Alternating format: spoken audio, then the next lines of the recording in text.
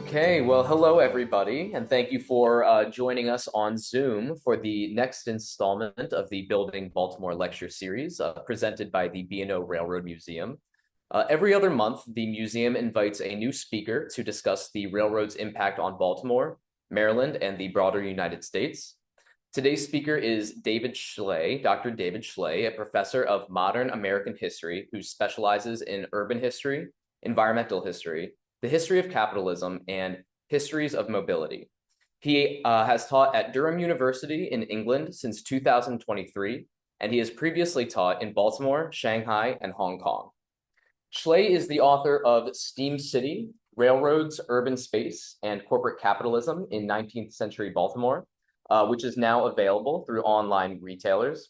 This book examines how the birth and spread of the American Railroad brought rapid communications, fossil fuels, and new modes of corporate organization to Baltimore. So without any further ado, I introduce Dr. David Schley. Thank you, Alex, for that generous introduction, and thank you, everybody, for joining us on this lunchtime conversation about 19th century railroad history. I'm going to share my screen. And okay, so you should all be able to see that. And I'll speak for about 45 minutes and make sure that we leave some time for Q&A. So the talk that I'm giving today is based on my book, which Alex already introduced, Steam City, Railroads, Urban Space, and Corporate Capitalism in 19th Century Baltimore. It was published in 2020. It is available for purchase wherever books are sold, including I can only assume the bookshop of the B&O Museum. And so my plan for today is to start with an overview of the book and its findings. We're going to talk about some topics that I think may be familiar to people who have an interest in railroad history, topics like the annihilation of space and the steam locomotive. But we're also going to broach some subjects that may be less closely associated with railroad history, but which perhaps should be closely associated with railroad history, like municipal finance and street traffic. So I'm going to give an account of the B&O's origins, and then I'm going to zoom in on three sites within Baltimore that I think are especially important to this story. One is Pratt Street, the other is Locust Point, and the third is Camden Station. Examining the conflicts that played out within Baltimore over how the B&O would interact with these spaces helps us see how the railroad shaped everyday life in the city. But it also shows us how the city of Baltimore itself gave shape to the modern railroad industry, and what happened in Pratt Street, Locust Point, and Camden Station had implications that were truly national in scope. So Steam City looks at the complicated and contentious relationship between the Baltimore and Ohio Railroad and the city of Baltimore in the 19th century. I follow this relationship from the founding of the B&O as the first railroad company in the United States in 1827, up to the Great Strike of 1877, which was a national strike action that started on the B&O. And along the way, Steam City takes up questions about city politics, about the labor movement, and about the history of technology. It's worth noting that the B&O Railroad Museum was a vital archive for this project, and I still remember very fondly the hours that I spent poring over minute books, pamphlets, and other corporate records in the museum's archives. I went into those archives initially because I wanted to understand how the development of railroads was related to the development of cities in the 19th century. I was expecting to see that the city and the railroad grew in tandem, because after all, the 19th century was the age of the railroad and the age of urbanization, and the rapid travel that railroads made possible helped encourage people to concentrate in cities. But The material that the archivist at the B&O Museum showed me led me to believe that railroad history and urban history were linked in ways that were more complicated than I had anticipated. First, the 19th century railroad and the 19th century city were intertwined financially in ways that shaped the development of both urban governance and railroad enterprise.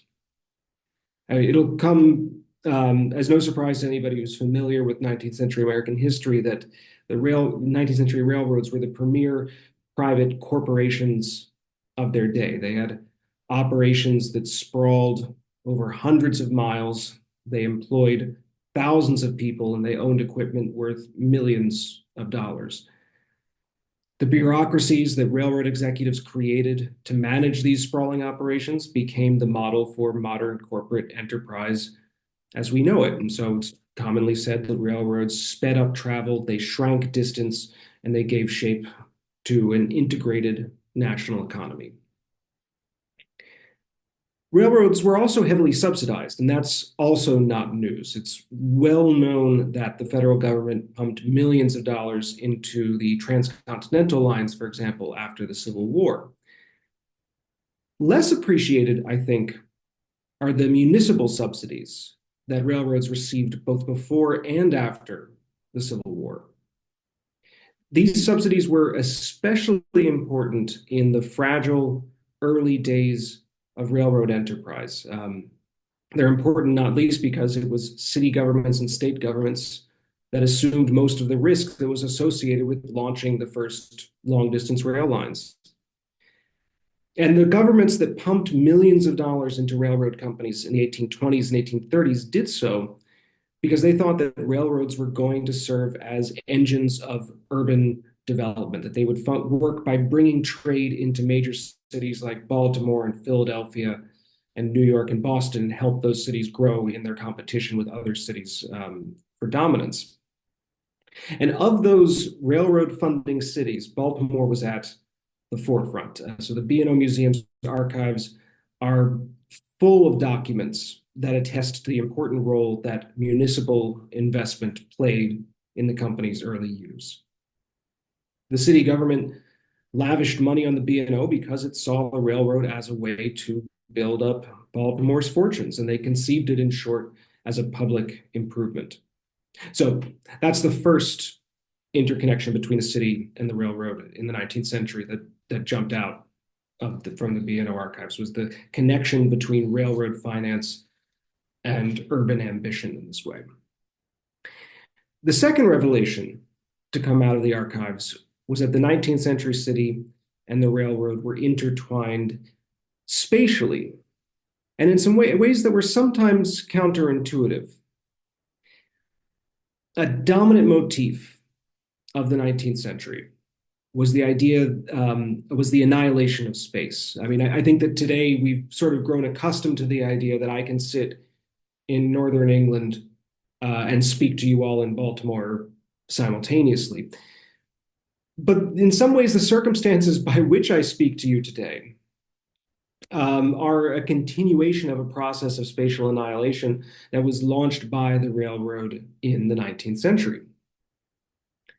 Journalists and politicians and philosophers of the era all wrote about how modern technologies, with the railroad foremost among them, were shrinking distance, and they marveled at the changes that were unfolding before their eyes. And this spatial annihilation, to put it into Baltimore's terms, allowed people to move between Baltimore and Frederick at extraordinary speed. But the railroad's effects on movement within cities was a little bit more ambiguous, because railroads, in order to serve the needs of long-distance travel, changed the way space worked within cities themselves. They built tracks, they built depots, they built port facilities within cities. And I think that we get the clearest sense of this by overlaying maps of railroad expansion with maps of tracks in the city. When we do so, we see that the expansion of railroad networks across the North American continent coincided with the construction of ever-densifying urban rail infrastructure that was designed to move rail traffic through cities and through urban space. This infrastructure that you see playing out on these maps facilitated long distance movement, but it upended urban traffic patterns and upended urban ways of life. Streets that had been country walks were now industrial thoroughfares. Streets that had been playgrounds for children were no longer safe. And many city dwellers resented the ways that urban rail infrastructure disrupted their routines and threatened their lives for the benefit of the railroad. Railroad advocates tended to dismiss political opposition to street tracks, to urban locomotives. They characterized their opponents as traditionalists who were standing in the way of progress. But it is worth noting that there's nothing inevitable about the form that urban rail infrastructure took in the United States. In major European cities, for example, engineers placed the stations at the fringes of urban settlement, and they left the city center intact.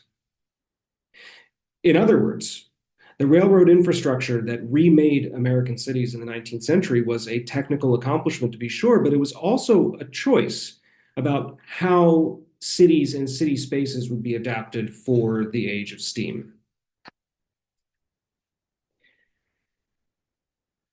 My contention then is that to understand the distinct shape that American cities took in the 19th century, we have to go back to the beginning of American railroading. We have to go back to Baltimore in 1827. Now, in 1827, Baltimore's mercantile and political elite faced what they considered to be an existential crisis. 2 years earlier, in 1825, the state of New York had opened the Erie Canal, which meant that wheat that was being farmed in the Ohio River Valley that had previously gone to Baltimore was now going up through the Great Lakes and was being shipped to Europe and to the Caribbean by way of New York City. And in Baltimore, a number of wealthy citizens taking stock of these developments worried that losing this trade was going to relegate Baltimore to second-class status. Their response was the Baltimore and Ohio Railroad, the world's first long-distance common carrier railroad. It's worth underscoring that in 1827, railroad technology was still very, very young. The first railroad in the world, the Stockton and Darlington, had opened only 2 years earlier. It opened in 1825, the same year as the Erie Canal. Incidentally, I happen to be located about 20 miles north of Darlington, so one of the termini of that one earlier railroad. Now, the Stockton and Darlington was only about 30 miles long, but the B&O's founders believed that they could use that technology to project a railroad from Baltimore all the way to the Ohio River, crossing the Appalachian Mountains in the process. When they made that claim, when they envisioned a railroad linking Baltimore to the Ohio River, the B&O's founders argued that the railroad would serve as an instrument of urban development. They published pamphlets, they published newspaper articles holding that to build a railroad would be to increase trade, to raise property values, and to restore Baltimore to its rightful position as the main eastern outlet for Western farm goods. Now, in 1827, Maryland was a slave state, Baltimore was a slave city. And the new B&O Railroad fit into the political economy of slavery in some sometimes surprising ways. There were some Baltimoreans who saw the railroad as a way to shift Maryland's economy away from slavery. So one of the foremost boosters of the new railroad project was Hezekiah Niles, who published a nationally influential newspaper called Niles Weekly Register out of Baltimore. Niles argued that the railroad would, by mechanizing travel, reduce the need for manual labor, and in doing so, reduce the value of enslaved people, and thus ultimately lead to the elimination of slavery as an institution within Maryland. Now, this was not an anti-racist vision. Niles was a staunch advocate of what's known as the colonization movement. Niles argued that once the railroad affected the end of slavery. Free African Americans would need to be removed from Maryland against their will and sent to colonies in Africa or in the Caribbean. And Niles was not alone in this. Some of the leading figures in the B&O's early years, including founding President Philip Thomas, were also colonizationists. In other words, many of the B&O's early leaders identified the railroad with free labor, but they also identified the railroad with whiteness. And clearly not all Baltimoreans thought that the railroad would bring about an end to slavery. Many of the city's leading slaveholders and slave dealers invested in the new company. And in doing so, they put money that they had derived at least in part from the sale or from the uncompensated labor of enslaved people into this new enterprise. So in other words, the capital of this railroad was from the start wrapped up with slavery. This applies as well to the investments that the city and the state put in. Both the city of Baltimore and the state of Maryland provided half of the B&O's initial capital, but both of those public entities levied property taxes on enslaved people, among other sources, which meant that their investments in the railroad were also connected to slavery. And the investments that they made were substantial. The B&O's early years were challenging. They were full of missteps and failures by the company. And so when the company ran out of cash, the B&O's managers turned to the city and to the state for aid. Now, the state stopped funding the B&O in the 1840s, but the municipal government continued to pump money into the railroad well into the 1850s. And ultimately, the city government invested $10 million in the B&O.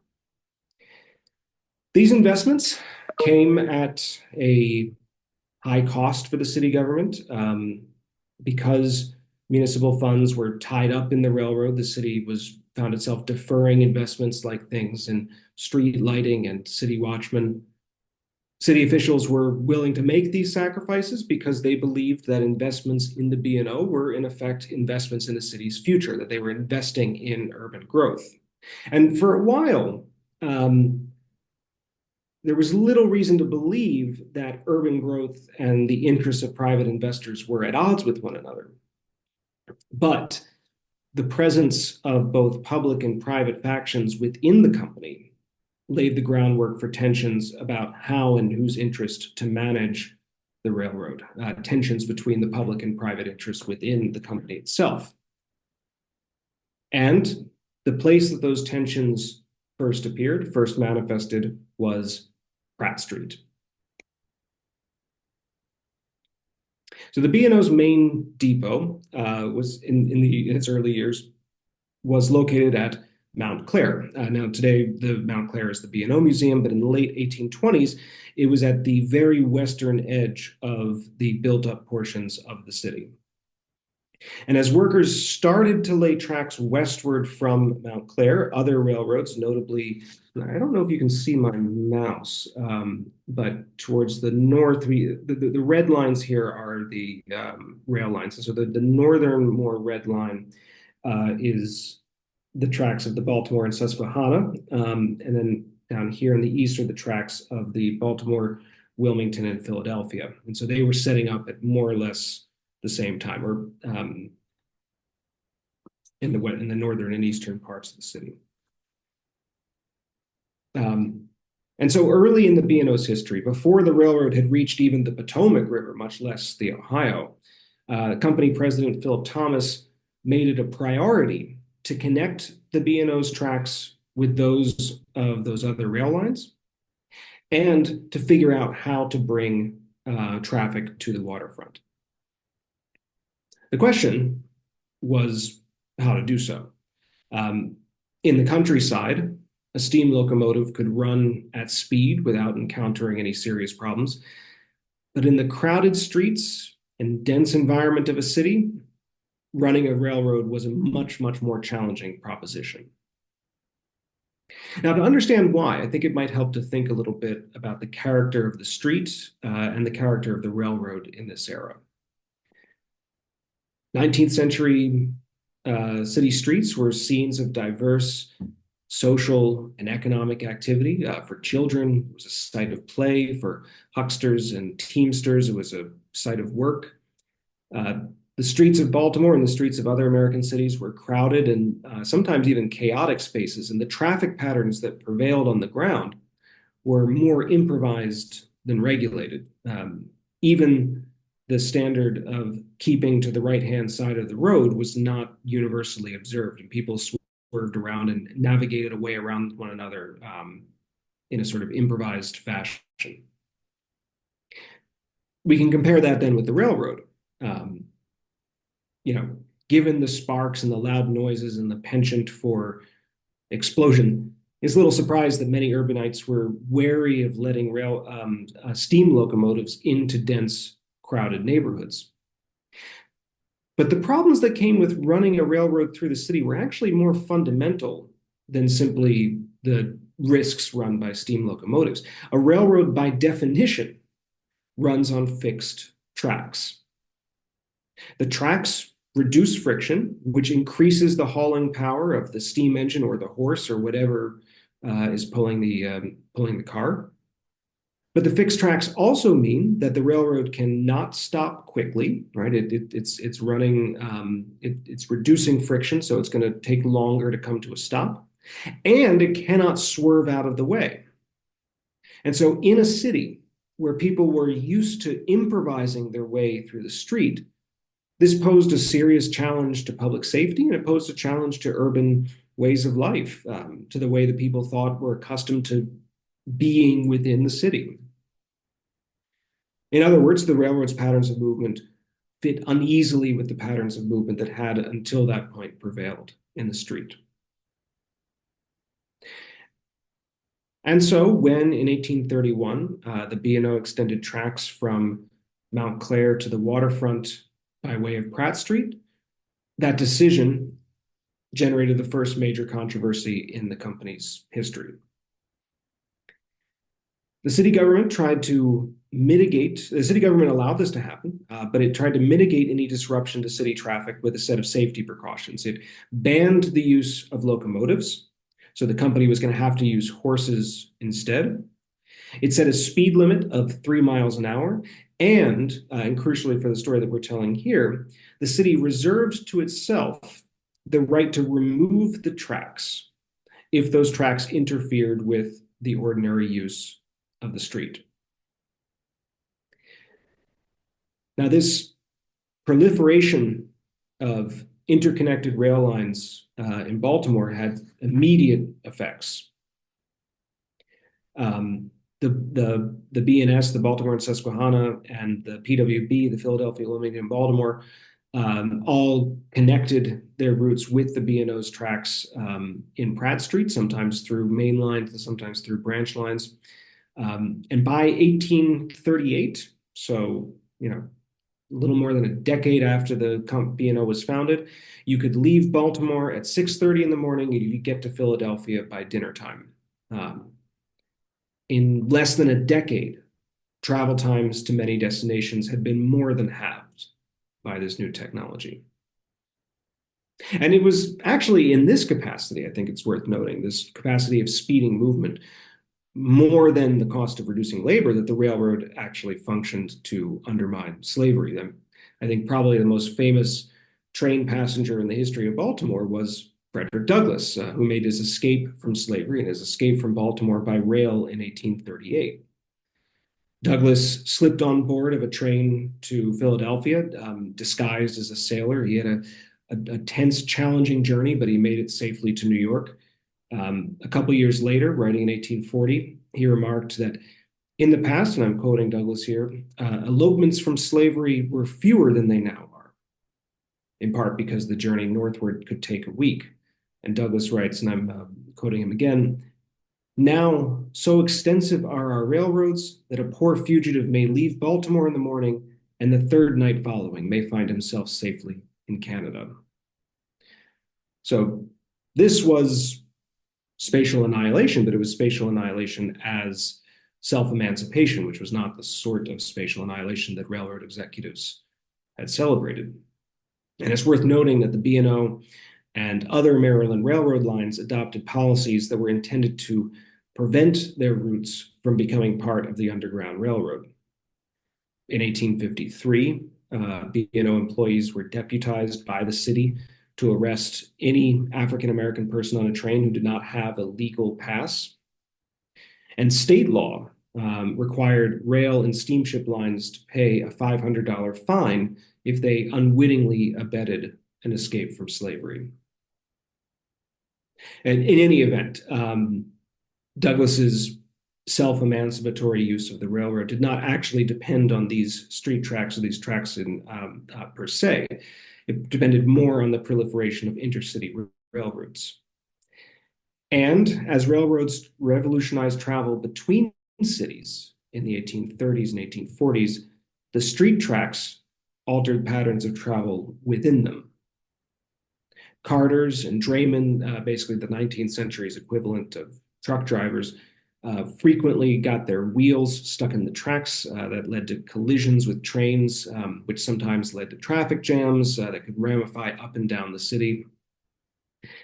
Children in Baltimore also took to playing in and around the trains. They made a game of hopping on passing cars in order to get around the city. But when they did this, sometimes they slipped and they fell.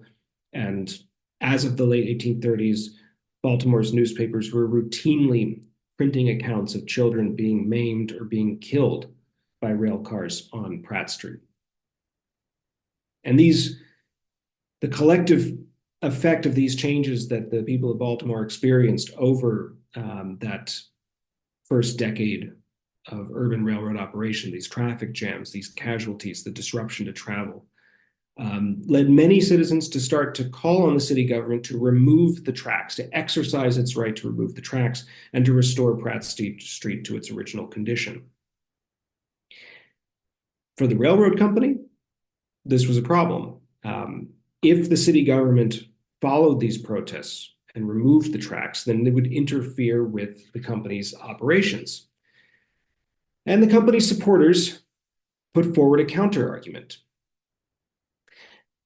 They said that if the city pulled up tracks from Pratt Street, merchants in the West would choose to send their goods to New York or to Philadelphia instead of sending them to Baltimore. Or in other words, if the city government interfered with the free movement of goods, it would cause Baltimore to fall behind commercially. This was a powerful idea at the time, and in some ways, I think it's actually a kind of familiar one. What this argument did was it tied the mobility of goods to the mobility of capital, and it suggested that efforts by Baltimore city government to regulate or control or limit the passage of trains through its street would make Baltimore a place that was inhospitable to investment. I can't help but see in this argument some of an early version of arguments that we still see today that says that cities have to build a stadium or a team will leave, or that a company must receive a tax break or it will divest itself. I think there's a similar sort of logic at play. In any case, these kinds of claims on public largesse could not be made before the railroad had come around, and they reflected a new understanding of the street, perhaps even a new understanding of the city itself. Placing railroad tracks in Pratt Street meant that Pratt Street was no longer just a city street subject to local control. It was now part of a broader system that stretched hundreds of miles beyond the city limits. And the railroad supporters implied that municipal authorities could interfere with that street only at their own risk. The tracks in Pratt Street remained, but municipal safety regulations continued to frustrate company executives who sought rapid and economical movement through the city. The most annoying of the municipal regulations in the eyes of railroad executives was the municipal requirement that the company swap its steam engines for horses before its trains went downtown. This, as you might imagine, slowed travel significantly, but it also meant a significant outlay on the company's parts, right? It had to maintain not only engines, but also stables and a team of people to maintain the horses. I think you can see, I think I zoomed in on the bottom. Yes, you can actually see at Mount Clair the stables that in this image, right below the machine shop. Now, in the mid 1840s, so we're now, the company was founded in 27. The track removal controversies that came in the late 1830s. We're now a few years beyond that. In the mid 1840s, after years of pressure from the B&O, the city council agreed to allow locomotives in the streets, but only after dark and only while limited to a speed of 4 miles an hour. And this was not the kind of unrestricted use of steam power that the company's executives wanted. And so they responded to this by creating two new types of urban infrastructure, types of urban infrastructure that simply had not existed before. First, the company laid tracks to a deep water port in South Baltimore known as Locust Point. This became a place where locomotives could run straight onto the docks. Second, the company built a grand downtown depot called Camden Station that promised Baltimore seamless access to the steam-powered circuits of long-distance travel. So if the Pratt Street tracks had helped to define Baltimore as a node within a larger system of travel, Locust Point and Camden Station cast Baltimore as a site of mechanized movement, crafting new forms of urbanism, new kinds of urban spaces around the prerogatives of steam power. But in a sort of irony, the very things that made these sites into efficient realms for transit also rendered them sites of danger and dislocation, and the costs of these dangers and dislocations were not borne evenly. We'll start with Locust Point. The B&O's Locust Point branch opened in the late 1840s. Locust Point's position at a remove from the urban core meant that it was exempt from the city's locomotive ban, and freight trains from the west were soon able to pull right up to the waterfront. This really took off after the Civil War, when the B&O president, John Garrett, used the Locust Point facilities to route through traffic, that is to say, traffic that wasn't headed to Baltimore specifically, around the main portion of the street, avoiding the Pratt Street tracks.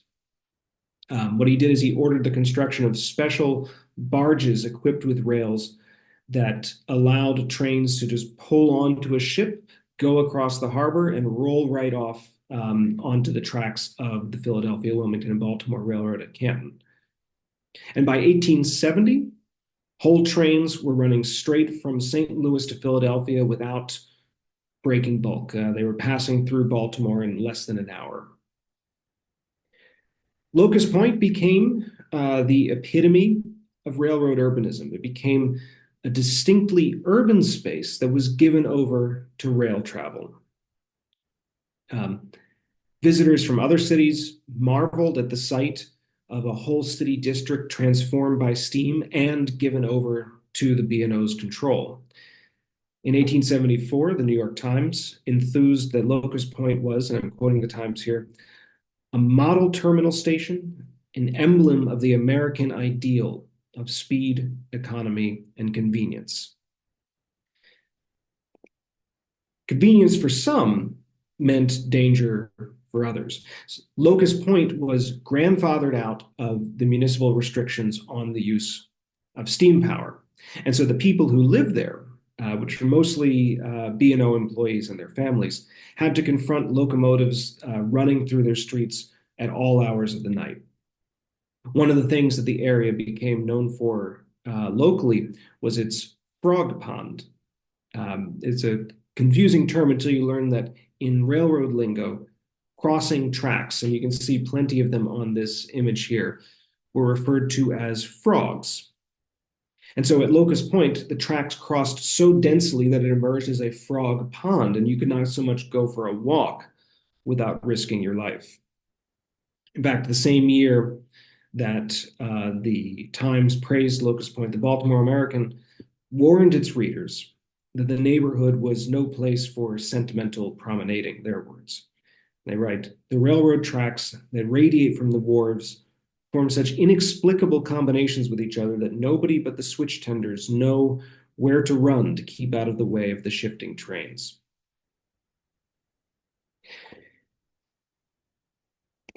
The people who lived around Camden Station also confronted the environmental and social effects of the steam-powered city, but not because they were grandfathered out of municipal regulations on steam.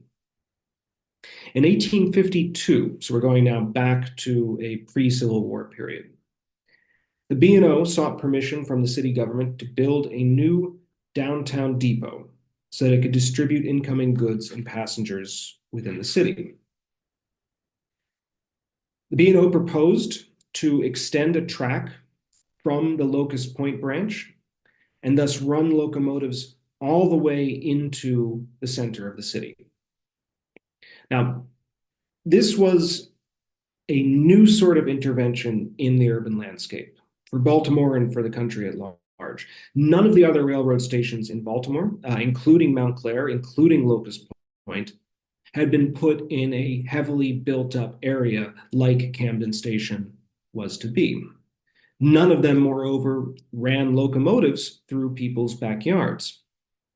And so a steam-powered downtown station was an experiment without precedent in the United States.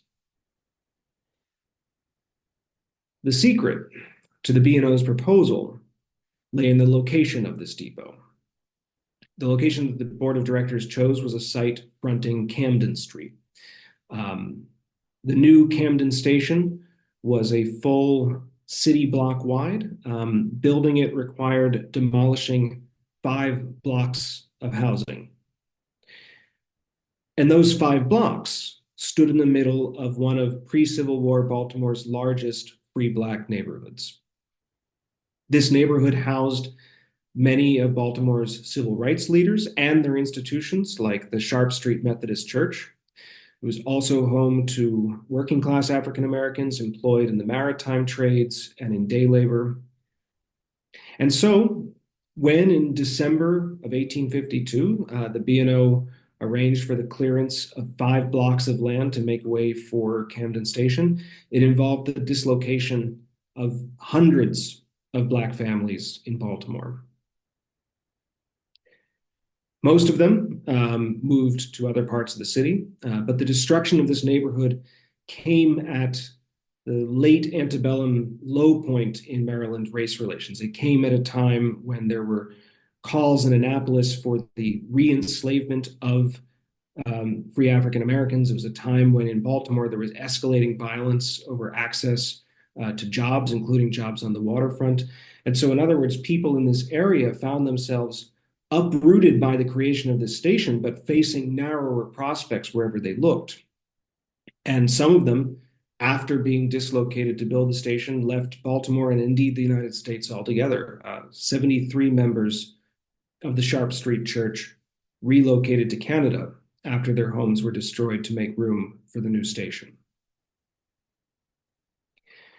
The B&O's executives envisioned their new station as a transformative improvement, as a monument to the efficiencies of steam travel, as a building that would plug Baltimore directly into an expanding network of rail communications. But in order to bring steam engines into the city, the company capitalized on Baltimore's racialized political economy. This is not to say that Baltimore and Ohio Railroad executives chose to build Camden Station because they wanted to displace the people who live there, but rather that what made the neighborhood available to them was that the people who were affected by their choice of location were disenfranchised, had no right to vote, and lacked a formal voice in city politics. It had been opposition from the council that had kept steam engines out of Pratt Street, at least by day. But the council had no objection to bringing engines right into the heart of neighborhood when it went through this neighborhood by this route. And so building a centralized depot to serve the city as a whole also meant dispersing a formerly coherent neighborhood. And Camden Station, as a testament to railroad modernity, both built on and deepened existing inequalities in Baltimore's social structure. These sites, Locust Point and Camden Station, illustrate, I think, the railroad company's vision for the city, and they illustrate as well the dislocations that made that vision possible. The railroad's vision for the city was as a place marked by rapid circulation, a place in which goods traveled without hindrance through dense urban neighborhoods, a place that was powered by steam, a place that was where movement was controlled by the railroad company and not so much by the city council. And as new infrastructure made it easier for goods and people to pass through Baltimore, it also became harder for the city to assert control over the corporation that it had done so much to create. It's worth noting, and I think I've mentioned this a couple of times, but I think I want to underscore it now, that each of the initiatives that I've described here was the first of its kind in the United States and was an explicit model for other cities and other railroads.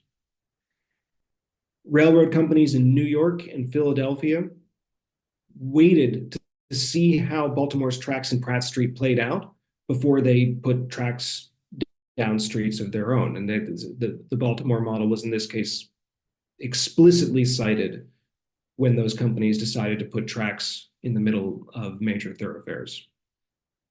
And legislators from Boston came down to Baltimore to study Locust Point and the rail to water transfers that they observed there. And that became the basis for a set of port facilities that the Massachusetts legislature put up in Boston as well. And the destruction occasioned by Camden Station in the 1850s would be replicated in Philadelphia decades later when Broad Street Station was put downtown. And so, in other words, in the first half century of American railroading, Baltimore was at the forefront of a national conversation about how to integrate railroad traffic with urban space. It was in Baltimore that railroad executives, city officials, and everyday citizens first worked out what a railroad metropolis would look like and what it would mean to have a city in the age of steam. Their experiments shaped the city's transformation from a walking-oriented market hub to a mechanized industrial metropolis. And I think that we can see some of the legacies persisting today. Most tangibly, and much to the chagrin of Amtrak and CSX, tracks and tunnels that were built in the era in this first half century of railroading are still in use today. I might argue that we could see some less tangible influences of the railroad as well. I mean, highways and railroads are very different in terms of their operation, in terms of their urban impact. But when I look at the highway plans of the 1950s, I see in some ways a vision of the city as a place of transit that is familiar from what took shape in the railroad age. And we can see as well the ways in which railroad infrastructure continues to involve, or not railroad infrastructure, but transportation infrastructure continues to involve dislocations that play out in a differential way in urban space. And so, in other words, and by way of conclusion, Pratt Street, Locust Point, Camden Station, all of these were sites of modernity, but they also are sites that underscore that the benefits and the costs of modernity are not always distributed evenly. One more time, I want to thank Dr. David Schley for joining us all the way from England. And I want to thank you, our audience, for logging in from wherever it is you are. And to learn more about the B&O's impact on Baltimore in the 19th century, I highly suggest you purchase a copy of Steam City. As a member of the museum's curatorial team, I can say that this book has been very helpful to our own research projects. So Dr. Schley, thank you again for this resource.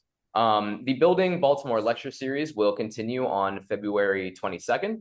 We will hear from Dr. Taisha Dupree-Wilson, an award-winning professor of history from Coppin State University.